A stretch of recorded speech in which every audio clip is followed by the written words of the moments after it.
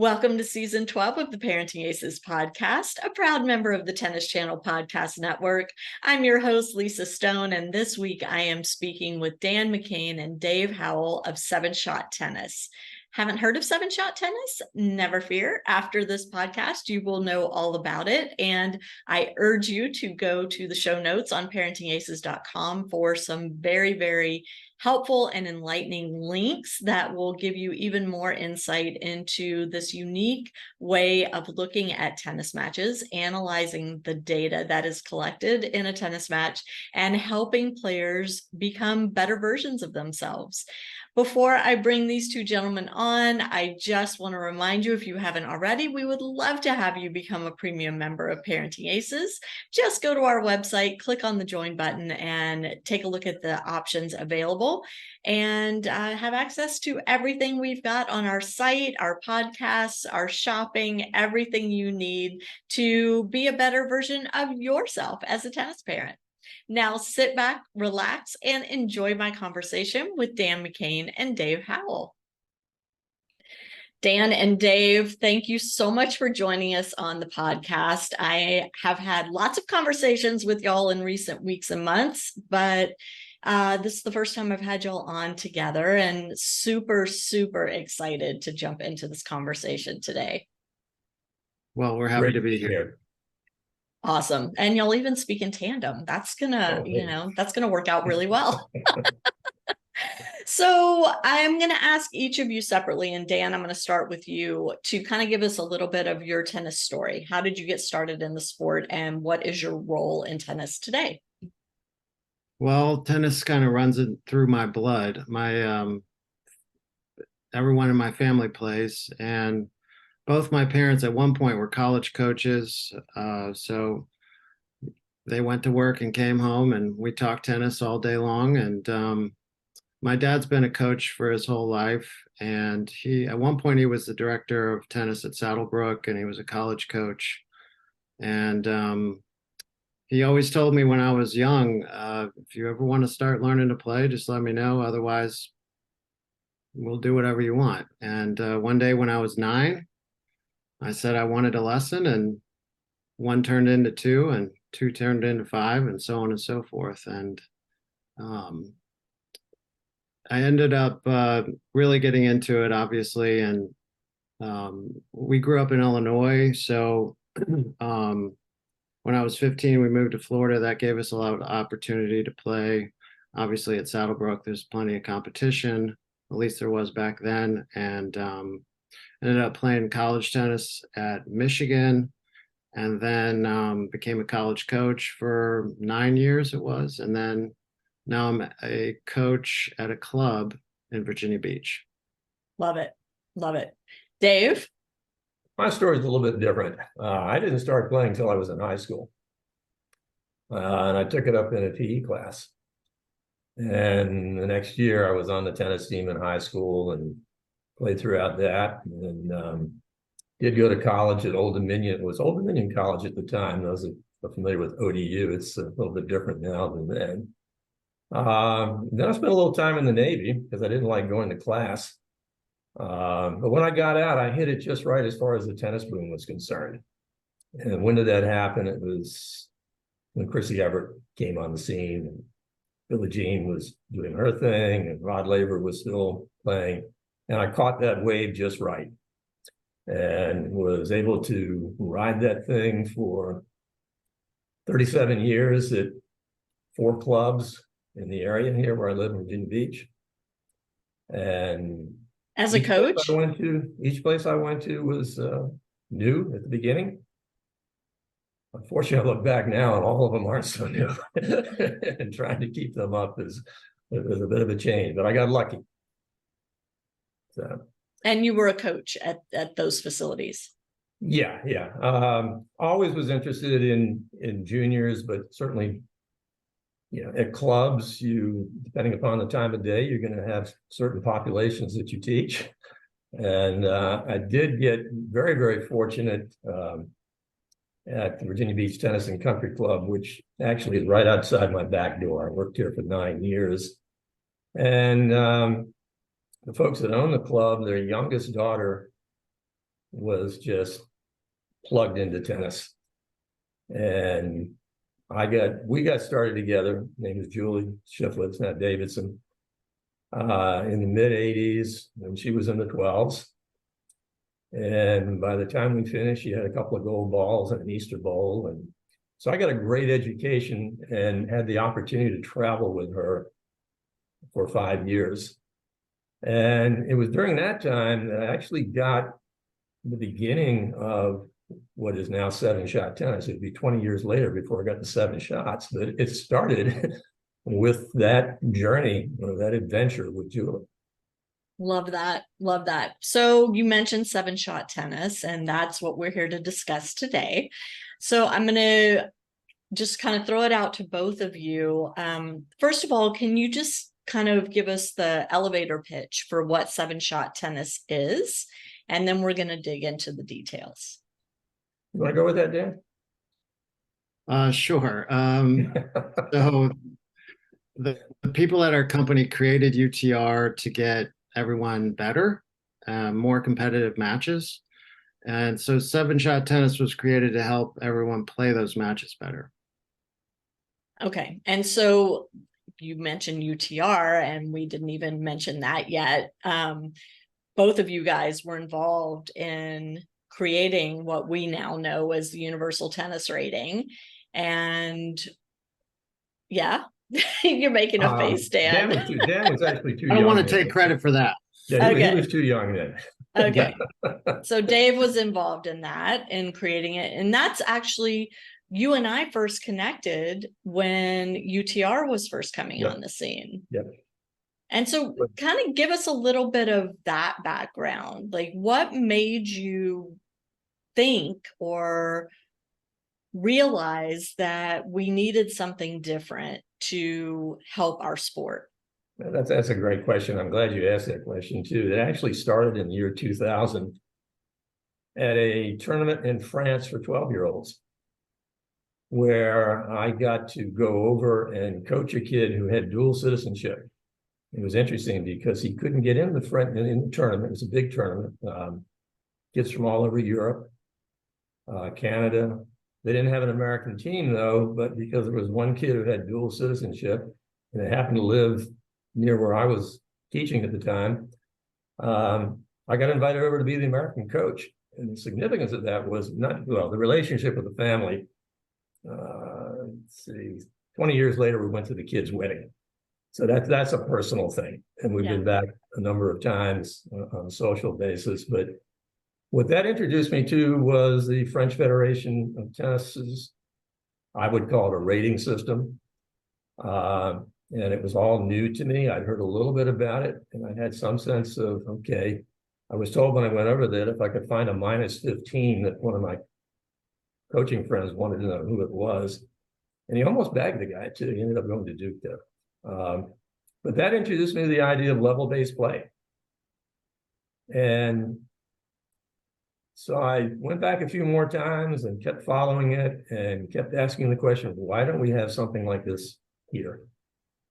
And then what that led to was along the way, there were so many steps where I was with the right people at the right time. A guy named Miguel Rosa, who was working with me, ultimately ended up going down to Boletares and helping run their junior department. He was a good player from Brazil. He introduced me to another kid who played at Old Dominion, who just graduated and was a software developer. And I went to him because I was trying to run local tournaments with this level-based method.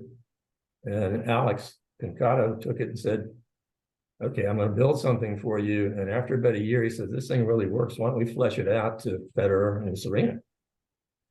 So it was a combination of this guy knew how to do the website stuff, but he also was good at math. And he took my basic algorithm, if you will, and fleshed it into something sophisticated and mathematical. And that's how it got started. Key person that came along was Dave Fish, whom I'm sure you know. Yes. 45 former years Harvard coach. So yes, yeah. Good pedigree. And a tremendous Rolodex. connections were, and that got us into the ITA. David Benjamin was still there, and I'm sure you remember. Yep. And it was, all those doors seemed to open at particular times, and getting into the ITA pushed us to go a little bit more international because of so many international players. And so that's basically the quick UTR story. I do think it changed the culture. And what we're going to talk about today, I think analytics are becoming more and more a part of every sport. And I think the future in tennis is going to be more people looking for different ways to get analytics. And so marrying some of the things I learned from Universal along with some of the things I learned way back in the 80s, I put this thing together. And the neat thing was guys like Dan got it. And so what I mean by that, this is a much younger guy than I am. And he started looking into it, and I would go over to his club and I'd walk into where he was teaching, and I saw all these drop-down lines, like 7 shots. This guy really buys into this. One thing led to the next, and Dan, you want to get involved in this? Yes. Okay. So, so that's been our almost 2 years now of that relationship, and I really look at Dan as from a player development standpoint. He does the things that I think the modern teaching pro who's particularly interested in developing players, he does the things that need to be done. He's good with technology. Some of the stuff we've sent you, you'll look at and see some of the things he's done. But he has a philosophy, and 7 shots been incorporated in that. And when he goes home at night, he does some other cool things that make what we're doing a whole lot better. Love it. Love it. Dan, why don't you tell us what 7 shot, like what are 7 shots? What is the significance of the name?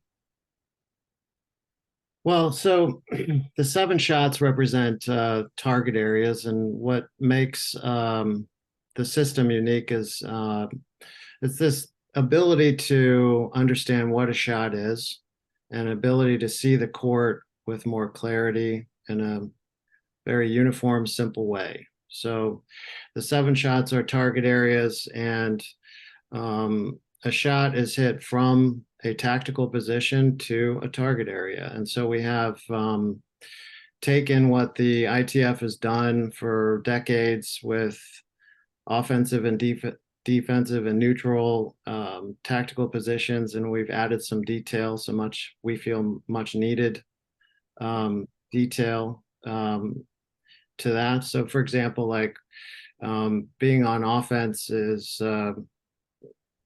there are a lot of different versions of offense. So just taking over control of the point is not the same as hitting an approach shot, and that's not the same as being at the net. So we've added some detail, and what it enables people to do is quite simply understand what a shot is, like I said before. And that means if you're hitting from neutral cross court, well, where cross court? Is it deep in the middle cross court? Is it in the corner? Is it a short angle? Or is it in the middle of that side? Right. So it just allows people to easily understand what they're doing and maybe what could be done.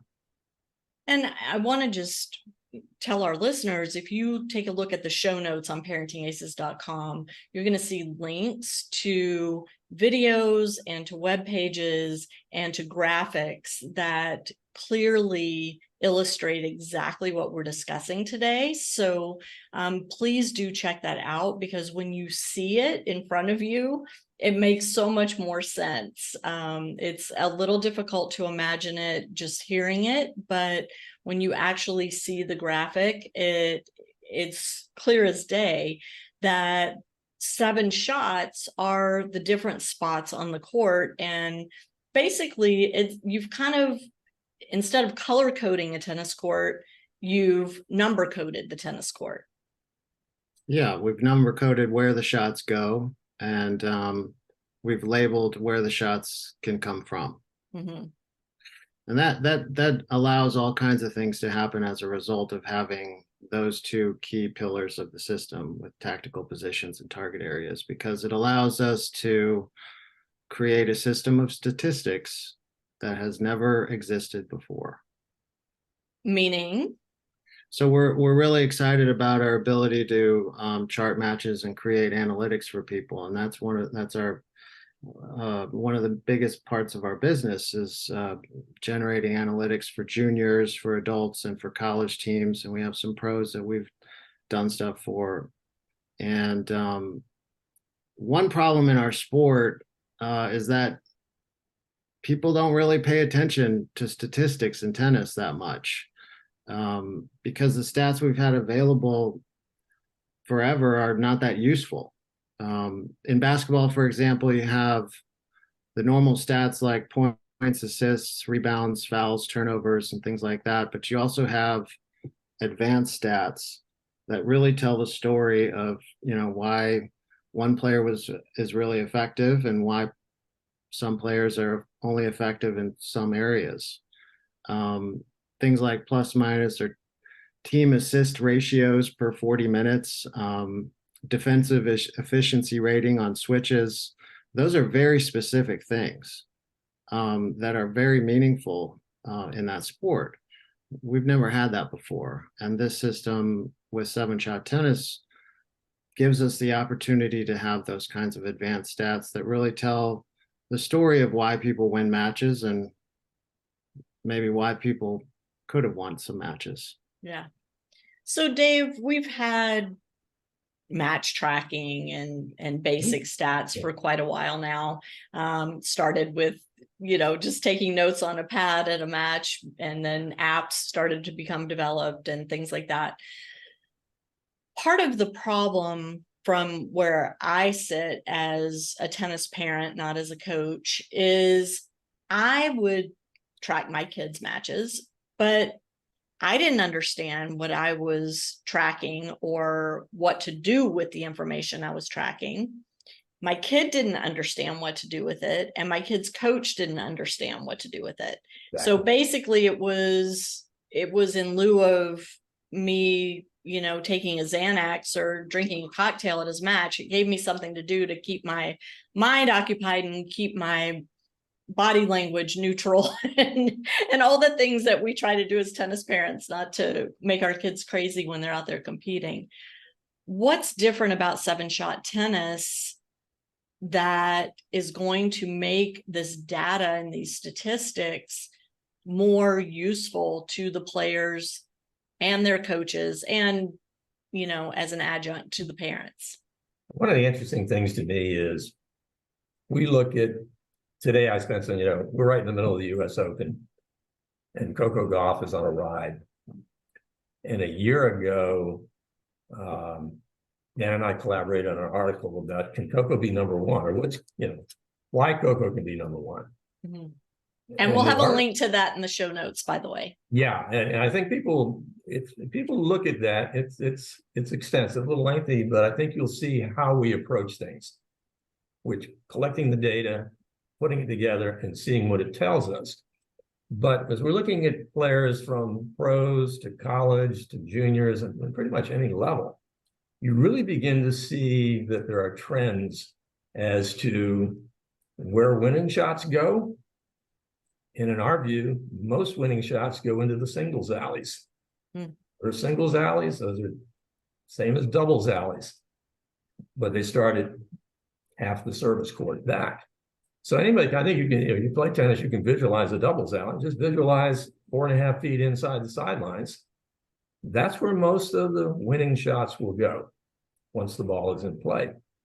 And so that's the 4, the 5, and the 6. Down the line, cross court short, cross court deep. Then you have, with Alcaraz playing now, drop shots. I'm really scared of what I'm going to see the next time I go to one of Dan's classes. Every kid's going to be trying to hit drop shots from the baseline and pump their fist and We have a name for that. We just don't want to say it on air. Yeah. Okay. But they're well, I guess dodo is not too rough, but there are No. drop shot dodos. And so we've got a thing ready to go out on, genius or insanity with Alcaraz. But then all you got to do, if you can hit a ball, if I say to you, Lisa, would you prefer to hit a drop shot closer to the net or closer to the service line? Closer to the net. Yeah, sure. Yeah. So how do you find that zone, the drop zone? You just start from the net, go halfway back to the service line, and that's the 7. Okay. So when you take those things away, you've got the 1, 2, 3 up the middle. And one of the things I saw when this whole 1, 2, 3, 4, 5, 6, 7 thing came was I was watching UTR level 1 kids. They've just started playing tennis here in a summer program. Okay, ready to play. Most of the shots they hit landed in the 1, were right around the service line tee. And then as they got a little better, more shots started going beyond the tee. And they began to move out of no man's land a little farther back. And then another level up. They weren't hitting all their shots to the 3. We very rarely see that in junior tennis, but the 3 is closer to the baseline than the service line. So if that gives you a mental representation, 1, 2, 3 up the middle, diagonal shots, there's 2 of those, 4s and 5s down the middle, they go into the singles alley and you got the dropper. So we're taking data that answers questions using that set of guidelines. So it's like a map. It's a map, absolutely. And so, there are certain shots from certain areas of the court that you're not normally going to try. You may be too far back. Unless your name is Ben Shelton. And you were down set point. And, you get a shot from Francis, Diapo. And you hit 112 mile an hour forehand to the 6 on the deuce side from deep. That was so crazy. Seen that point. I just described that shot in 7-shot terms. It just reminded me of my own forehand so much. I swear that shot really did. And your movement, right, Dan? Oh yeah. Yeah. Dan's really got a good game, but not that shot. Not quite like that. I don't think anybody has that shot but Ben. Maybe Djokovic. I don't know. But I think Shelton I think he could be as disruptive to tennis in the next couple of days as I feel like Sampras was in 89 when he beat Lendl and Agassi back to back. Well, so by the time this airs, we'll know if you're if you're a good prognosticator. But it's going to be hard. It's going to be pretty tough to go through Alcaraz and Djokovic. Yeah. And if anybody can do that, maybe it's 140 mile an hour serve. So seriously, I think that's a pretty tough. I'm not going to go out. One thing I don't do is predict, but I do like to collect data. Yeah. So that I hope that kind of gives your listeners an idea of what the court looks like. I will say that those people who are kind of into this stuff, the app that you can pull down from the Australian Open and the French Open, you go to a thing called Court Vision, and then you look around and say, okay, I want to see all the winners that Djokovic hit. And I guarantee you they're mostly going to be in the singles alleys, 4, 5, or 6s. What's missing is where they're hitting them from. And the other thing about where most of the winning shots are hit from, mostly from inside the baseline or right up on top of it. The farther you are from the baseline, the fewer winning shots you're going to hit. And if you are hitting shots from there, they're fantastic, or they're great defensive shots when you're in some trouble. And so the reason I say all this is that when we look at junior players or kids who are thinking about, I want to continue to play tennis. Mm-hmm. One of the first things they have to understand, you alluded to, what do you do well? What do you do not so well? And what aren't you doing at all? a big one I see with junior boys, they don't serve wide enough. Boom down the tee, boom right at you, whatever. But then you point it out to them, oh, well, I can do that. Well, one of the big problems that most players have is they don't understand where they make their most frequent mistakes. From behind the baseline, into the net, over the three. And a lot of the reason that people, these players don't realize that is because they don't take the time to watch themselves play very often. And one of the things we're really big into is video, and finding any way possible to video practice matches, tournament matches, whatever you can get your hands on. And going back to the basketball metaphor or analogy before, as a professional in these teams, they will watch the games, or at the very minimum, like the Golden State Warriors, they'll have one of their video people put together a series of clips that illustrate, when this or that happened, so they can review the film. Right.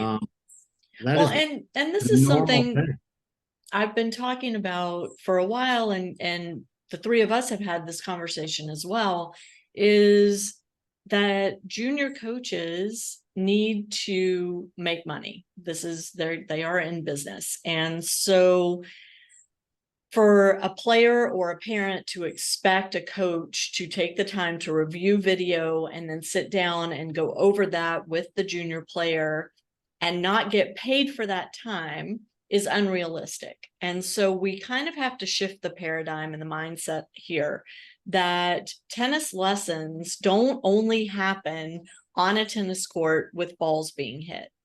Tennis lessons also happen in front of a screen, watching and analyzing play. Tennis lessons also happen, at a professional match or at a college match, sitting and watching with a coach and analyzing the action as it's unfolding in front of you. I mean, there are lots of different ways to learn and get better as a tennis player, and that doesn't necessarily have to be on a court hitting balls. And so we have to really get to a place where people understand the value of first collecting this data through, as you're saying, Dan, videotaping matches, and then being able to have the skills to understand what it is you're looking at and translate that into changing the way you play or altering the way you play, right? So there's several pieces to this that have to happen, but at the core of it, it's an understanding that we don't expect coaches to do this for free. We, the three of us, understand that junior coaches are in business. They have families to support. They have bills to pay.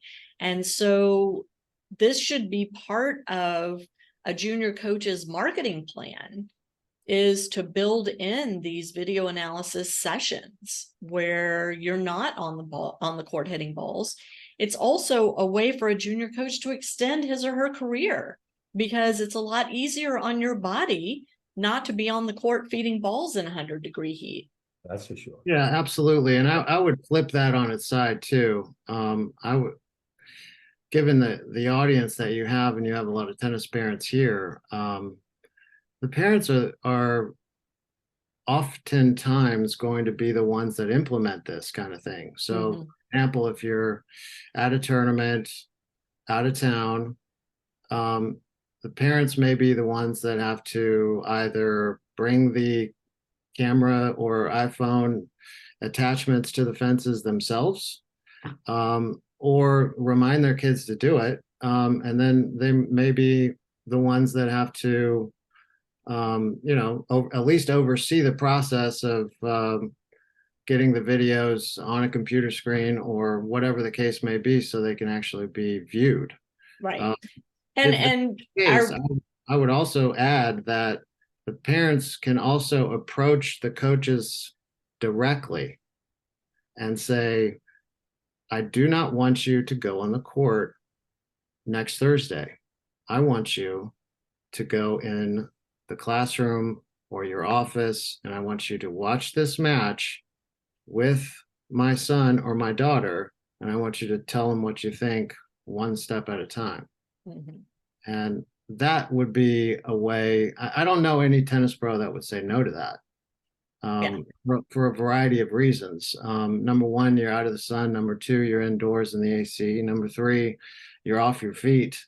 And number four, perhaps most importantly, it's a platform to communicate in an unlimited space with the player, uninterrupted for an extended period of time.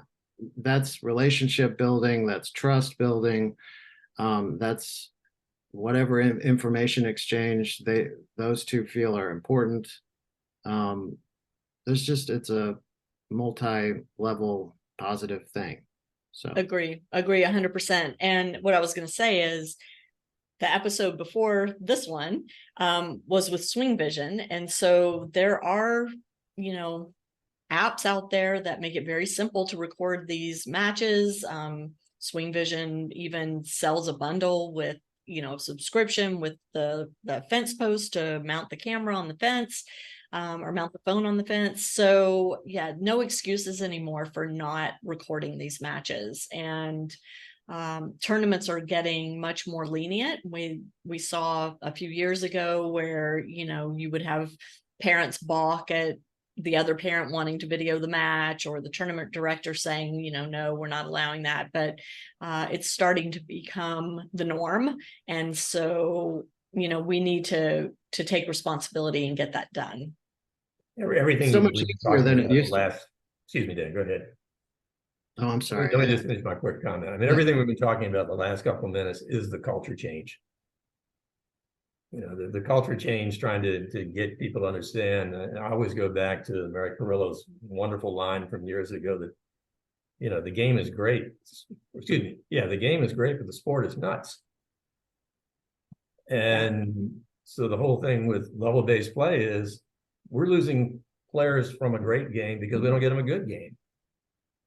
And now with all the modern technology, the Swing Vision is great. Any video you can do, and it just takes a fixed camera from behind the court 10 feet up or even lower, and you get stuff that you can look at a point and you can answer basic questions. Was it a plus or a minus when it ended? Who hit it? Where did it go? Where was it hit from? Collect all that data and you start seeing things fall in place. And Dan gets to work with these kids, and he'll come in with stats and say, well, what do you think we need to work on here based on that? But the other thing I think that you're touching on is, even when I see pros go to tournaments, and I see a lot of them right in my backyard here in Virginia Beach, they're usually not just with one kid. Right. And how do you watch 5 or 6 kids, even if you brought more than, and are you there at the time in the match when, it's the most critical? Video overcomes that. And yes, like you say, there's more than one way to teach a lesson. It doesn't necessarily have to be on the court, but it makes your court time better once you get back to the court. For sure. Dan, what were you going to say? Well, I was thinking about the giant clunky video cameras I used to haul out, and the horribly huge tripods onto the court in the mid 90s and early 2000s. And it's so much easier than it used to be. I mean, we have some of the best cameras money can buy in our pockets. Yeah, for sure. Everybody has a cell phone. So, go on Amazon, get a fence mount, $50. It's pretty simple. We even have an article on our website about how to make one. So you can even do it cheaper than that. Yeah. I made one out of PVC pipe a few years ago. Yeah. So super easy. Yeah. So what is it that you guys want our listeners to understand about 7-shot tennis and take away from this conversation? Well, there's a couple of things that we do. I think you mentioned swing vision. It's great technology. There are other companies out there. Tennis Analytics, I think, is the biggie. Certainly, Craig O'Shaughnessy has been the face of all this stuff for a number of years. There's another company that we run into, which is Scissor, that you may not be aware of. It's a CZIR. And they'll take video and break it down. There's a couple of colleges we know that use it. But you got to, where we differ is in two things. All the tools that we use, we also make those tools accessible to the coach or the player or you, the parent. And so when we deliver what we do, if someone were to come to us and say, well, here's the video, please analyze these matches from my kid. The ultimate thing that I want to have happen, or I'd like to see have that happen, is the coach says, well, this isn't very difficult to do. Maybe I should start doing this. And then the kid looks at it and says, well, I can answer those 6 questions. And you're the mom sitting in the stands. Well, now I see it a little bit differently. Oh, yeah. Great forehand to the 4 from maneuver. Great attacking forehand to the 6 on the ad side.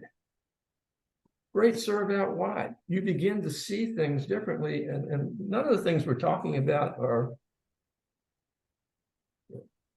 so difficult. I know 7's a stretch, but they're the simplest 7 numbers we could come up with. So, it could work like that. But our idea is it isn't just, okay, we've got an analytic trick here. We really want the players to understand how to have an organized way of analyzing what they do. And if we have something that's beneficial to them, we feel great about that. So, for example, if I play a set and we use the stats that other companies do, and the stats of old, I'm going to get, say it says I made 6 forehand errors. I don't know what that means because I don't know where they were hit from and I don't know where they went. So it's kind of useless. Yeah. And it I'll doesn't give you another one. It doesn't mean anything. The other night, sometimes I don't watch tennis. I'm into the 4th season of something on Amazon, and I'm kind of addicted to it at this point. But Sinner was playing. It was Alcaraz was playing Zverev. But I'm looking at the app from the U.S. Open, and I see,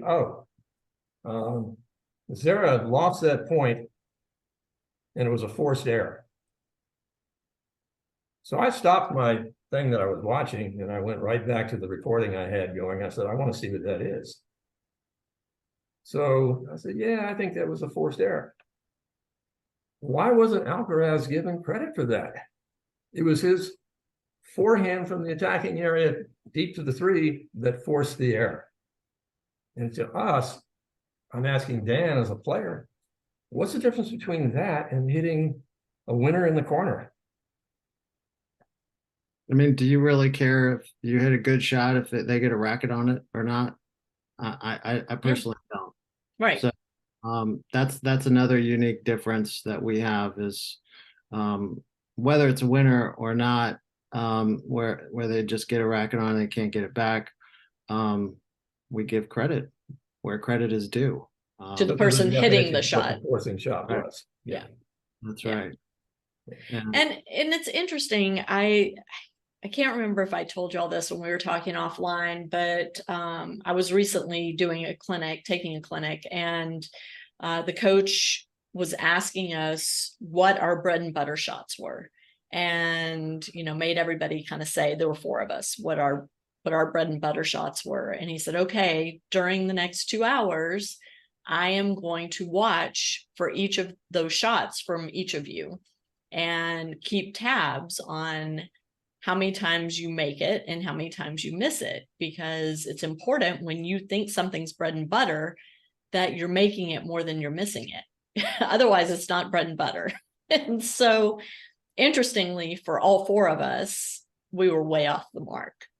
We were missing way more than we were making. And, you know, for me, it was like, well, I'm just having an off day. And he's like, you know, it doesn't matter that you're having an off day. You need to understand that that shot is not, you shouldn't be using that shot, because you're losing points with it more than you're winning points with it. And so I think that's kind of a more simplistic way of saying what you guys are saying, which is, let's understand what's working for you as a player.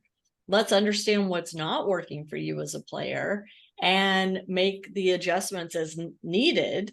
And yes, that can be different today than it is tomorrow. But as soon as you start thinking in those terms as a player on the court, you're going to start performing better, because it forces you to understand what's happening in real time. That's exactly right. And it reminds me of this story that I think I might have told you the last time we spoke, which is sort of a representation of like the practical application of all this stuff on a day-to-day basis. So I'm working with this kid, and he plays a practice set. Their UTRs were 7 or 8 or so at the time. And the good players, the kid wins 6-4, and he comes off the court, and he's like, "Oh, coach, oh my God, my forehand stinks. It's so bad. We gotta get back to work. He's just really discouraged," and so on and so forth. And this is the kid who won the set. Yeah. Okay. And he's being a big drama queen and so on. And so I charted that set with our app as I'm watching it. And I told the kid, your forehand is the reason that you won the set. You should be feeling really good about it. And let me show you why. And look at all these neutral forehands that won you the point. Look at all these maneuvering forehands that won you a point. Look at all these attacking forehands. You even hit a couple good forehand returns. But he did miss 6 neutral forehands, all of which were directed down the line. And so it's not like his feeling about his forehand is invalid. It is.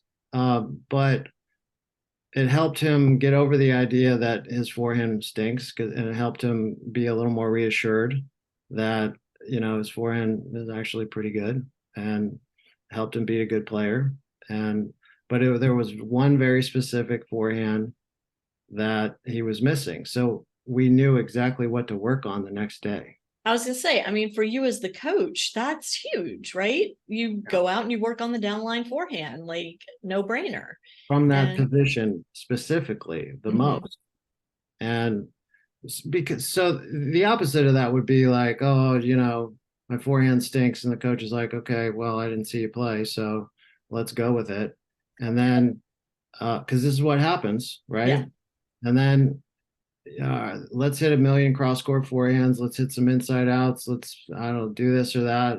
And not once under that example did we work on neutral forehands down the line, and how to hit it and when to hit it and so on and so forth. And so like you could go a whole hour lesson working on forehands nonstop and never work once on the one forehand that he actually needed the most. And whereas in this case, we knew exactly what to work on, and it was easy for him to buy into it because the numbers are black and white right there. And then I walked him through it. Well, it happened on this point in the second game. Then it happened at this point, at the end of the second game. Then it happened. Oh yeah. Okay. And then, so I don't have to convince him or sell him or persuade him on anything. He buys into it right there because the numbers are in black and white. And it's not just some vague stat about my forehand errors. It's a very specific stat. So we know exactly what to work on. So practicing is far more deliberate and purposeful. Right. So when somebody comes to 7shottennis.com, what are they going to find there? You look at some pictures first, and you're gonna see some rotating diagrams of 1, 2, 3, 4, 5, 6. So within a minute, you probably going to acquire a lot of that right there. And you can go on from there and look at some other things, but you also can, we've been putting up what we think are some pretty interesting blogs recently. I do recommend the Coco blog. We've got a couple of them going now. Two of them are up. The third one will come up on Djokovic and Alcaraz. And we're using these methods, and particularly if you look at the Coco blog article, you'll see somewhere in the beginning what our process is. And there's like 6 steps to it. And amazingly, it comes from the business world. But that's another story. The other thing you'll see is that we do sell things, one of which is analytics. And in order to do that, we would need video from a player. And then we'll do our thing. But then we want to get together with the player, the coach, and the parent. I just got finished doing my safe sport course, so I know that I need to Good for you. I need to have the parent in the room who can interrupt me at any time. I did get that question. But anyway, so we want to try to get a relationship with the player. But with what we're doing right now, a Zoom, again, this is technology we didn't have. So it's easy to do this stuff longer distance. And so we offer that as a service. Dan has done a really great video digital course in which you see a coach of Dan's caliber actually putting this stuff to work on the court. He also did the heavy lifting on a playbook, which, if you like to read pages and look at diagrams, all that stuff is there. But you can do all of this stuff just kind of getting the idea of what it is we're doing. And if you like a pad and paper, fine, but it's going to take you longer to total all that stuff up, Yeah. which is the big value of having the app. Dan, did I miss anything there? How old is Julian Ryan's daughter that was charting matches with his sister? She's like 6 or 7. This is really if a 7-year-old can do it, yeah. I think the parents I think that 79-year-old on your team can probably do it too. For sure. I'm not far behind her, and I can still do it. But yeah, there's just quick on that. The Julie Shiflett that I mentioned earlier is now married and has 3 kids.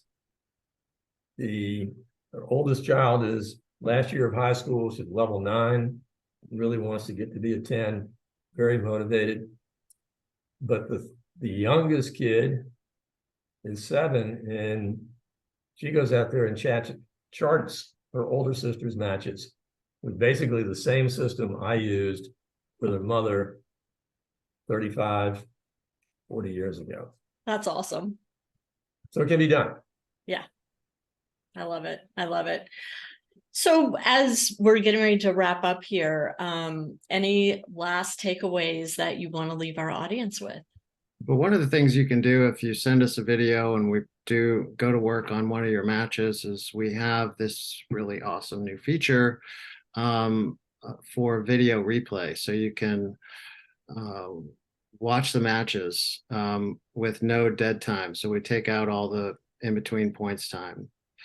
But you can also use filters to watch those match videos. So for example, if you want to see all the winning forehands you hit, it'll populate.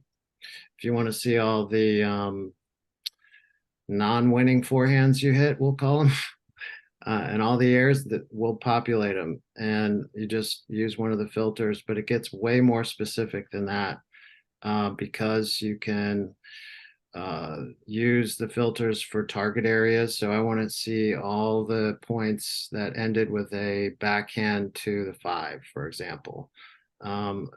Or I want to see all the points that I lost in the neutral area.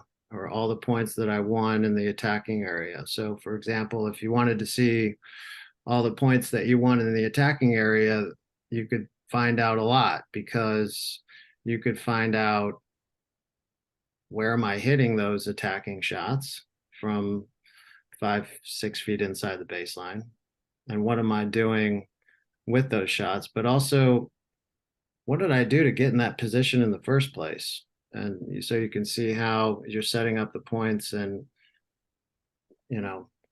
whatever motive you can come up with, you can also separate all the points that I lost on the returns from a specific position.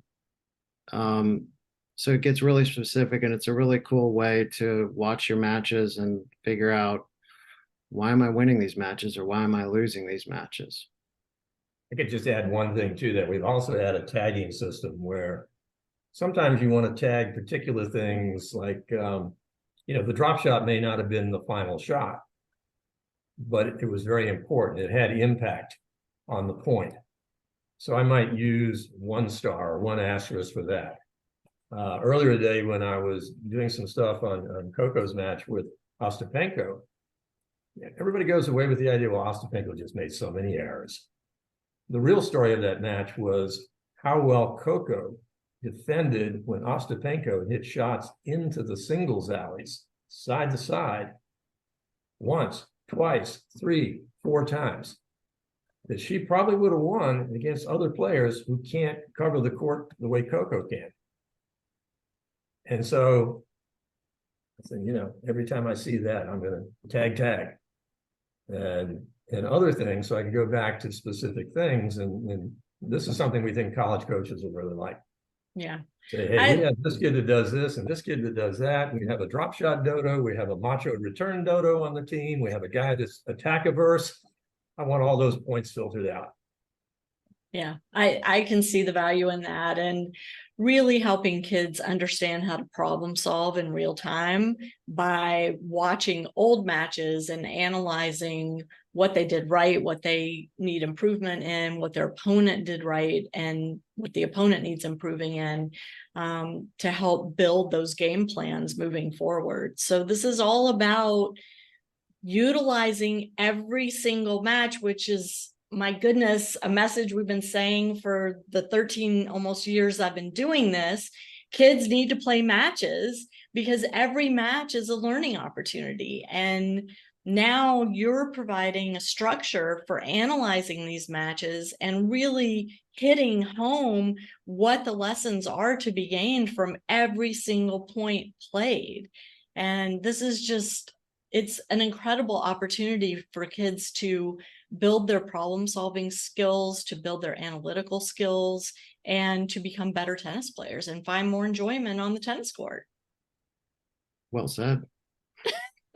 Hey, I'm nothing if not a cheerleader. I know. And I just, I really want to encourage our audience to visit your website. Again, go to the show notes on parentingaces.com. We will have all the links for you. There will be links to graphics to help you really clearly understand what we've been talking about this last hour or so. But Dave and Dan, thank you so, so much for taking time out to do the podcast, and for the time that you've spent with me in the weeks and months leading up to this recording session, helping me understand the work that you're doing and giving me the opportunity to share it with my audience. I really appreciate that. Well, thank you very much. This is Thank you so much. Audience, and you've been doing this for a long time, Lisa. Not quite as long as you, but I'm catching up, Dave. Well, I remember being on that first podcast with you, and I couldn't put 2 words together, but hey. We all get better. I guess about a year ago went back and listened to my very first episode, which was with Alan Fox. Ooh. And it was so bad. Not him, me. I was terrible. So we all learn over the years, but I'm very grateful that we've had the opportunity to stay in touch, and that you connected me with Dan, and Dan and I have been connected on social media. So even though we're across the country from each other, we still have an opportunity to share knowledge and get the word out to help grow this great game. So Well, you're doing an awesome job. And believe me, every time I go to a tournament and I start looking around, observing parents, I think of you, and it makes me that much more appreciative of what you're doing. thank you. I should send you a stack of business cards, Dan. And wants some t-shirts. Yeah, there you go. I'll send those too. All right. Well, guys, thanks again to my audience. Thank you so much for tuning in, and we will catch you next time on Parenting Aces.